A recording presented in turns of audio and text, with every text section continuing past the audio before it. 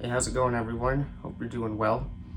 I have all these ideas that I want to do for videos and never know what to pick. Just busy. It's tax season right now, right? Who has time for any, extensive videos? So we're going to do something simple. We might as well do some off-the-cuff advanced harmonic concepts and apply them to guitar, right?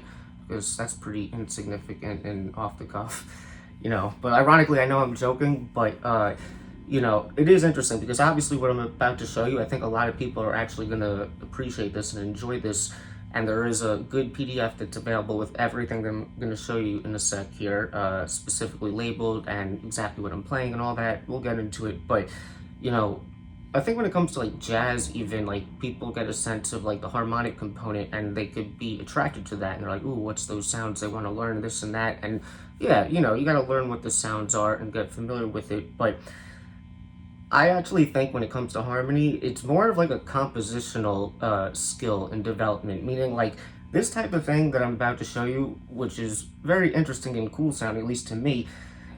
I find it to be the type of stuff in your practice that's very seductive, where it's like, if I don't stick with this and like practice or any of this becomes part of my playing, I'll be like highly interested in it for like a couple of weeks, and then may never think about it again after that, right? Because you're just learning new harmonic, concepts or relationships or different things you could do, but it's still up to you to decide, what material you want to commit to and consistently practice and all that. So, I think obviously harmony is important for playing jazz and improvising for sure, but, I think, where the knowledge and all this stuff really comes in is so that you can generate material and then you can go and practice it, where when you're really playing jazz for real, it's too quick. Obviously, you're thinking harmonically and you're fluent with it if you can play well, but, it's more about, like, do I have the skills to, like, put this together quickly and make a musical, artistic statement and sound and all that. All right, so that is enough of a ramble. So here's the concept, all right? Let's just start from something simple. Let's take this chord, all right? So I think a lot of us know this chord. As a slash chord, we call this A flat over B flat, all right? Now, if we're calling this a chord with the root note B flat, like not naming it as a slash chord, I would just basically call this a B flat 7 sus. I am kind of interested, like, what the very specific, like, intervallic label anyone put for this chord. I don't think it really matters, but I'm curious. And in the PDF, because this chord appears, I call it B flat 7 sus, like add 9. I don't know why, because I know that the 11 and the 9 are both of the suspended tones, but for whatever reason in my head, if I just think B flat 7 sus, I default to the 4, instead of the 9. So I'm being very specific, because you're gonna see in a second why. So we basically have A flat triad over B flat. All right, and a lot of us might think of this as like a dominant sound, like a mixolydian, like a very suspended sound, right? Okay, so that B flat mixolydian sound would be diatonic to the key of E flat major. All right, so the next few examples I'm about to show you what we're going to develop are going to be all diatonic, most of them to E flat major. So I was thinking about this triad, or this chord, and I thought, if this is just a triad over a bass note, and that bass note is literally the next scale tone up from whatever the root of the triad is, so the triad is A flat, the root is A flat, you go up to the next scale step of, like, the key I'm thinking of, it would be B, right? And we have a B flat major triad on that degree as well. So I figured, well, what would happen, like, instead of having a A flat over B flat chord, what if I have A flat, or B flat over A flat chord? So I went to this, all right? A flat with a B flat triad, second inversion, all right? Now, for the sake of, again, I want to be, for now, very specific with labeling these voicings, like intervallically, and then we'll simplify them and look at them as slash chords at the end. So this is related to the 4th degree of that key, E flat major, the Lydian mode, right? It has the root, the 6, the 9, and the sharp 11. You might call this like A flat 6, sharp 11, sus 9. It's very, complex sounding, but again, I'm just being specific because I want you to see by what I'm about to show you now, like these sounds that we yield and what parts of the scale they're relating to, if that makes sense. So we already have these two. I have this A flat over B flat and B flat over A flat. So then I figured, all right, if I'm voice leading these two triads, like a triad pair, two major triads a whole step apart, well, what if after this chord, because I started with this one where it was A flat over B flat, but this is the root of the B flat triad. So what would be the next note, like down or chord tone of the B flat triad? It would be F. All right, so what I'm gonna do is after this one, I'm gonna bring the root note down to F. I'm gonna keep the upper triad the same. It's A flat. I'm gonna play this, and that just gives you a straight up F minor 7 chord. All right, but basically this is what we're gonna do. We're basically using triad pairs and we're alternating between them through the inversions with the upper three notes, and the bass notes are basically like they're alternating, but they're alternating through like the different notes of the triad. So like this is like the fifth of B flat, this is the root of A flat, the root of B flat, the third of A flat, the third of B flat, and then the fifth of A flat, and then the fifth again of B flat, right? So if we do that to all the degrees, like using those two triads, you know, we started here, and again, this is all in the PDF, all specific labels, all right? This is what we get. Nice little scale.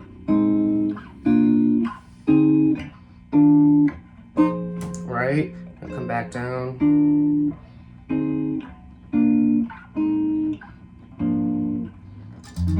Okay? And this is nice because there's a innate logic to the voice leading here, just by the nature of what we're doing. We're just voice leading the triads here, but then we're picking a different root note of each of the alternating triads in the bass as we go. So that'll give us like different sounds. It's 6 out of the 7 notes, like a hexatonic of the original major scale. Anything that relates modally to it will work. The one note that we're missing from the key of E flat major is the G, because we have this and this, we have no G.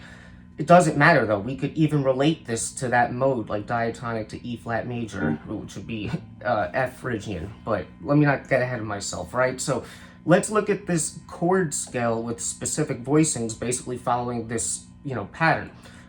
Inevitably, we would have F minor 7, which makes sense because that's like the Dorian chord, the 2 chord of the key. Again, we skip over the G. So then we have this one we said before, like a Lydian. It's like A flat 6, sharp 11, sus 9, but it's A flat Lydian. It's easier to name it modally. In the PDF, the labels will be very specific.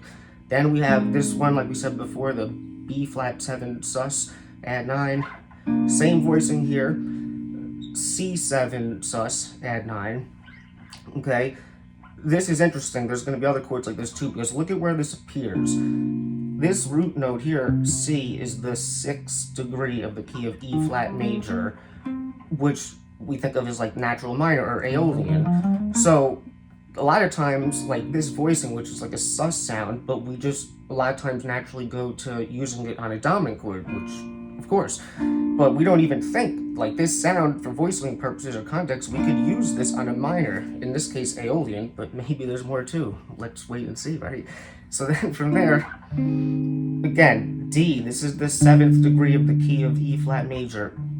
Okay, we have basically, it's like a half diminished, but with the 9 or the flat 9. So it's like half diminished sus flat 9. It's so specific and interesting sound, people don't even think to make that, but you're just following this logic and you're yielding these tones, and the voicings in sequence sound good. Okay, and then this one, E flat major, we have an E flat major 7, sus 9. Okay, and then back here. All right, now that was just 2 triad pairs of you know, that particular scalar key. They happen to be next to each other in this scale. I think that's what kind of makes it work to get the inversions right and to be able to play these, you know, hexatonic chord scales. All right, so let's look at variations of that, because, you know, you can use this as like a Mixolydian sound like B flat, but it can also be the other modes. Now let's say I want you to think of it more as like F Dorian or E flat major Ionian, even though I could have thought of what I just showed you for that. Well, what are two triads that kind of really specifically define that? I can have F minor triad and E flat major, right? It's the one triad and the two triad that are diatonic to E flat major. So I can do the same thing with that, right? Maybe I'll come up the original one.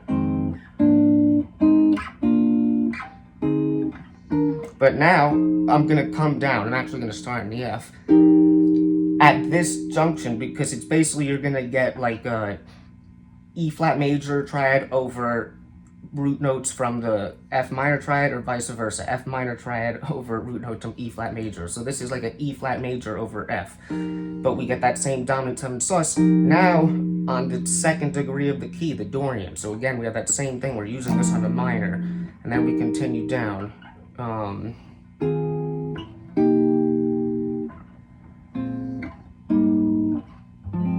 Right? We can't go back from there. So this, the root, it's like a Phrygian chord. Specifically, I think in the PDF I call it like, maybe like A7 or G7 sus add flat 9 or something like that. I don't know, but it's so specific. Like I said, it's a Phrygian sound. It just doesn't have a third in it, right? Here we get that one, but this is the lowest range of this key. All right, from here we get this same chord that we had up here with the other one. It's A flat major 7 sus 9. That makes sense because it's a 4 chord in the key.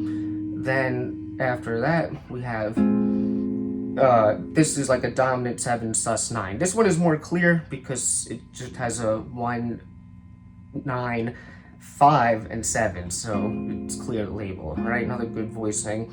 Then just straight up C minor 7. That works good because that's the 6th chord of the key. All right, and then after that we have what was the one after that?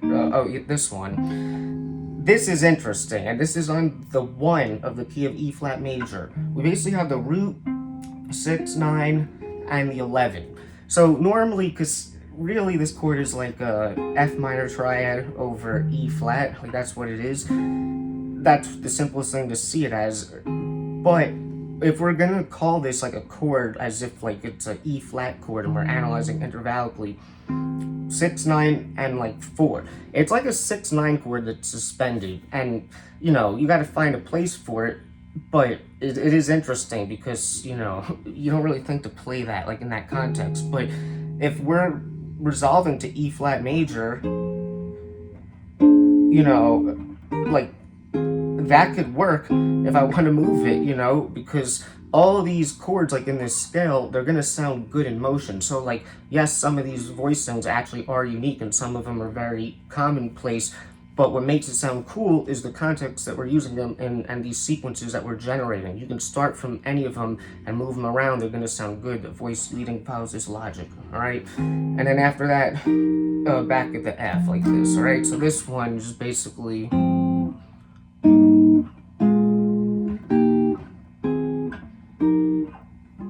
right? I can come back to the first one now.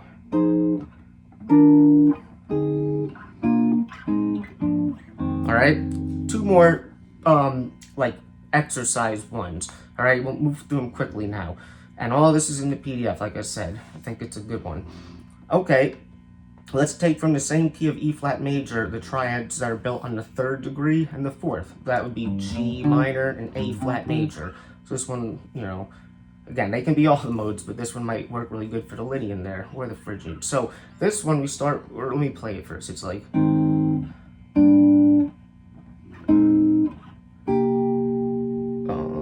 what's after this? Oh.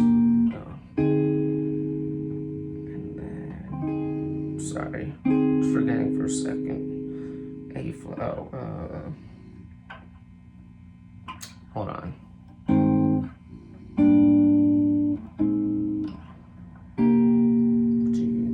This one, and then oh yeah, this one. No, it's basic major 7. Sorry for a second, and then we're back at the beginning. Okay, so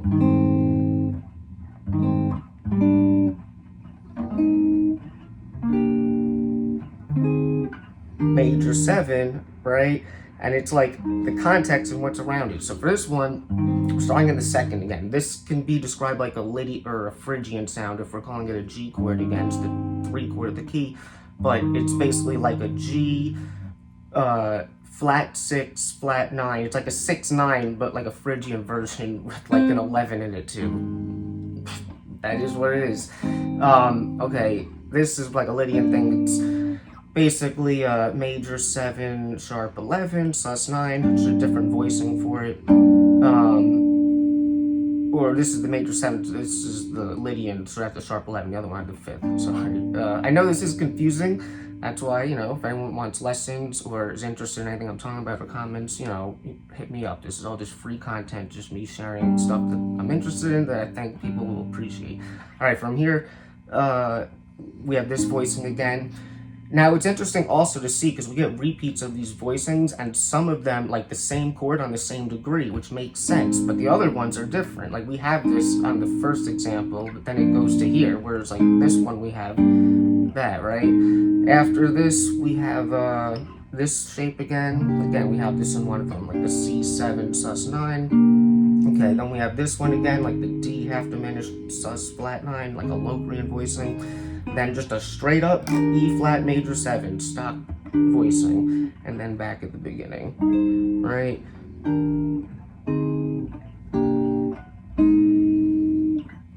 Okay, now before I give you a little 2-5 example, let's do something in melodic minor, because how could we not, right? So let's do something that still relates to what we're talking about. We've been starting in our range. I say E flat major, but like the lowest end is like this F here.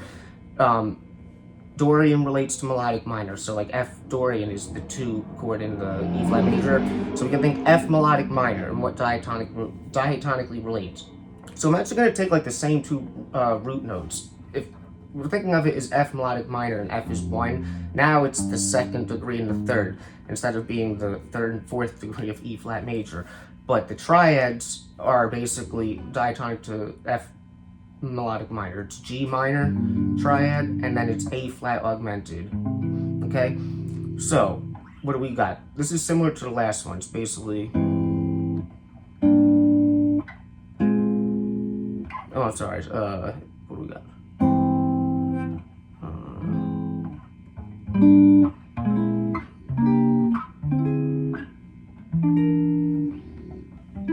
All right, now there's some interesting stuff going on here.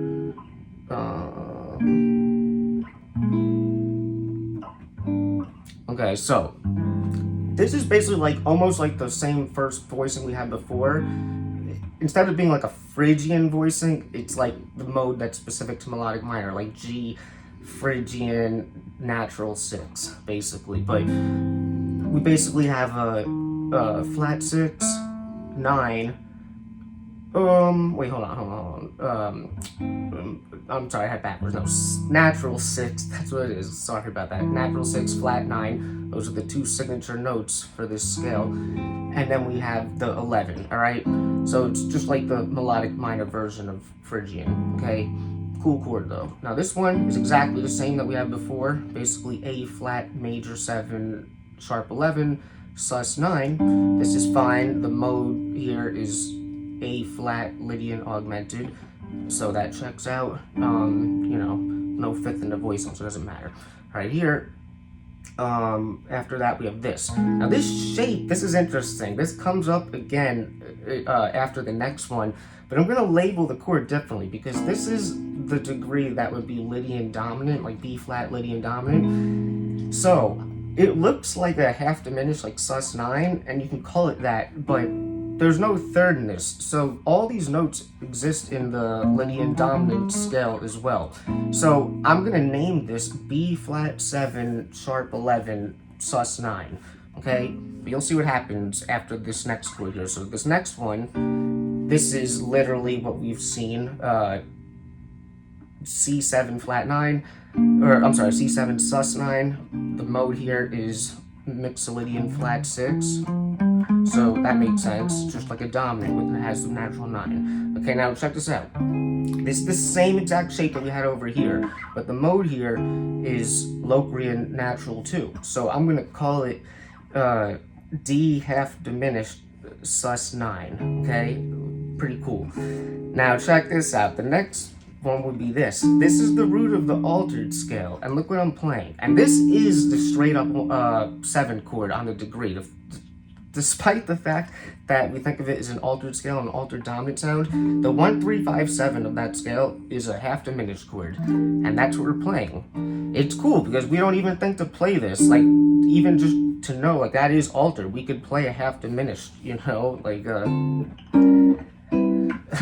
but yeah, and then we're back at the beginning, all right? So, let me just play through all of them. So the first one,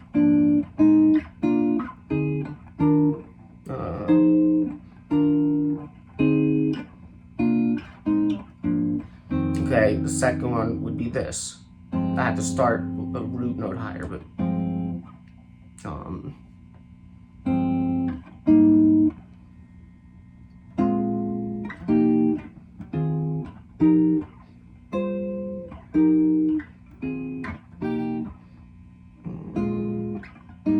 okay, next one we had was this.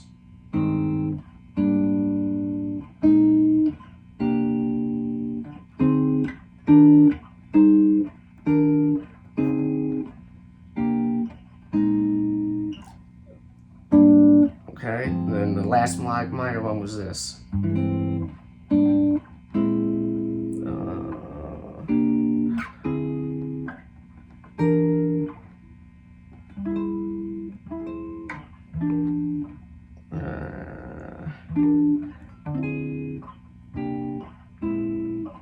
Okay, now, these are just very exercisey, and like I said, all these are laid out, and each of them are labeled in the PDF, like what 2 triad pairs, what major scale or diatonic to, or melodic minor in that last case. Now, this is sort of like an application thing. Maybe this seems like exercisey, maybe it doesn't, but this can certainly be used in something that's really musical, as a sequence. If I just have like a 2-5-1 in the key of C major, like a measure, you know, 1, 2, 3, 4, 2, maybe 2 of the C, whatever. If I'm gonna just play voicing, like a quarter note thing and a different voicing on all of them, and I'll use a different parent scale or like hexatonic thing on each of them, right? I can maybe play something like this, like 1, 2. This is in the PDF also. Hey, real quick, before I show you the example right now, I forgot to mention, in the PDF, the way that I'm going to label the voicings now for this example is going to be different. I'm going to label them as simple slash chords that are more clear and easy to read and practical, as opposed to the way I've been doing it before, where the voicings were very specific and sort of defined intervallically over a root note or a bass note.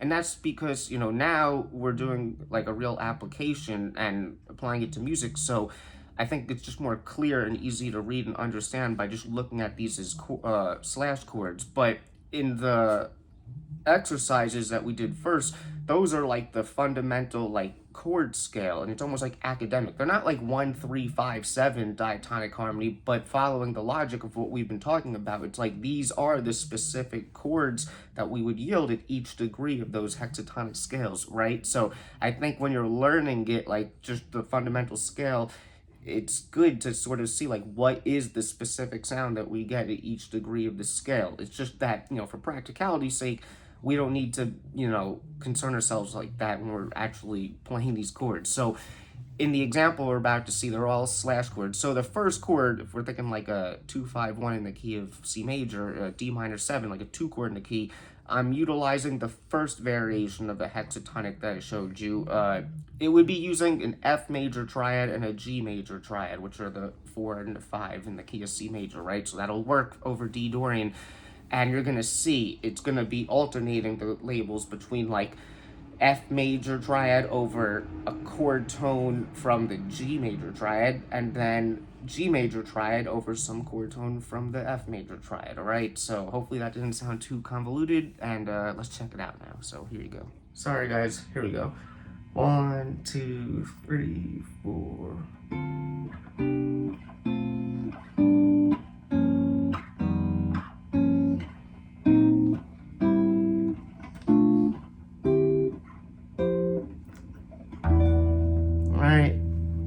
Some cool sounding stuff there. I don't know if you can hear the 2-5. 1, 2, 3, 4. 2, 3, 4. 2, 3,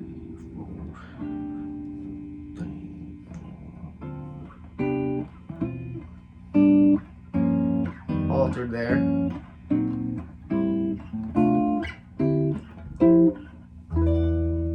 And with an inversion. Alright, so that's in the PDF as well, like I said. So, you know, hopefully some of you guys appreciate this. This one, I'm looking at the timer, definitely went a lot longer than I expected. But this is like a real legit lesson if you love harmony and you want to explore this stuff, just to kind of, you know, spark your interest. Alright, so I'm going to leave it there. So if you enjoyed the video, please give it a like, subscribe if you're not already, support me.